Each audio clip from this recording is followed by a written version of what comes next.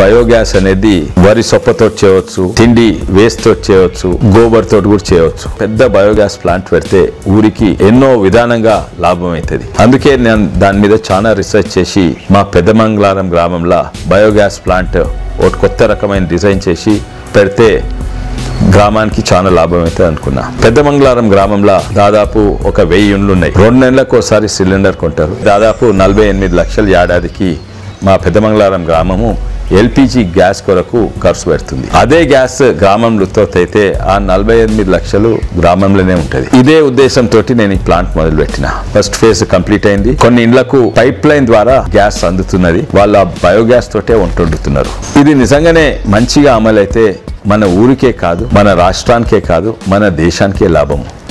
గ్రామం సరిపోని బయోగ్యాస్ వాళ్ళే ఉత్పత్తి అయితే నిజంగానే దేశం బాగవుతుంది. దీనివల్ల గ్రామాలలో ఉద్యోగాలు దొరుకుతాయి. ఇది పెంట కుప్పలు అవసరం లేదు. ఇవంతా కూడా బయోగ్యాస్ వేస్తే ఊరు కూడా శుభ్రంగా ఉంటది. బయోగ్యాస్ తోటి ఉత్పత్తి అయ్యేటి 2, ఒకటేమో గ్యాస్, ఇంకొకటేమో బయో ఫర్టిలైజర్, అంటే దాని నుంచి వచ్చిన ఎరువు. ఆ ఎరువు పెంట కుప్పల కంటే మంచి ఎరువు ఉంటది. ఇంకోటి ఏంటంటే పెంట కుప్పల దాని మీద అల్లం మొక్కల ఇత్తనం పడతాయి. అయితే ఇది ఎరువైనప్పుడు పంటలకేస్తే ఆ పంటలతోటి అల్లం మొక్కలు పెరుగుతుంది. ఈ బయోగ్యాస్ దాంట్లో వేస్తే ఆ అల్లం మొక్కల ఇత్తనం మొత్తం చచ్చిపోతుంది. వచ్చే ఎరువు ఇంకా మంచి క్వాలిటీ ఉంటుంది. దాంట్లో ఒక్క అల్లం మొక్క కూడా పెరగదు.